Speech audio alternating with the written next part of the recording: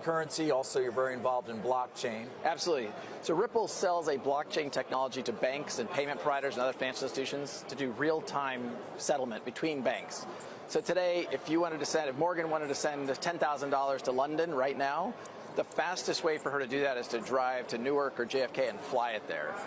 Our view is, in a world of the internet, you can stream video from the space station. You should be able to do real-time settlement between banks, and we sell technology to banks to do that. And the banks are getting on board with this because they know there's a lot of paper pushing and also a lot of money attached to those settlements. For sure. So we have over 100 banks working with Ripple today around the world.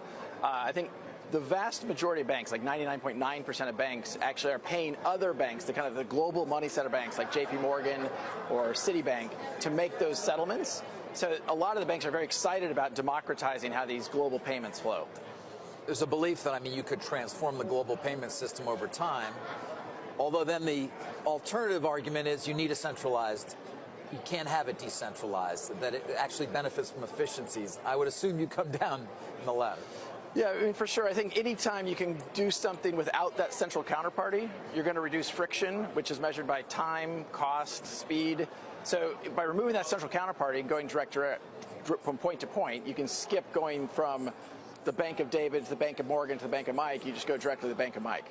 So if the immediate opportunity is efficiencies in this area of the actual kind of nuts and bolts sort of plumbing of the financial system, how does that relate to the value of the Ripple tokens or of the Bitcoin or cryptocurrencies? They're taking on a separate life, it seems, from the future of adoption of this technology. It's a great point, and I think one of the things we all have to remember is that the value of a token over the long term is really going to be derived by its utility. What problem is it solving? How big is that problem? How many customers do you have? There's no question there's a lot of hype in this system, and I don't actually think that's a good thing. For Ripple, we use this digital asset called XRP to settle liquidity needs between banks. So today, there's $27 trillion parked at different banks around the world so they can make payments between each other. Our view is you can use a digital asset like XRP to do that in real time.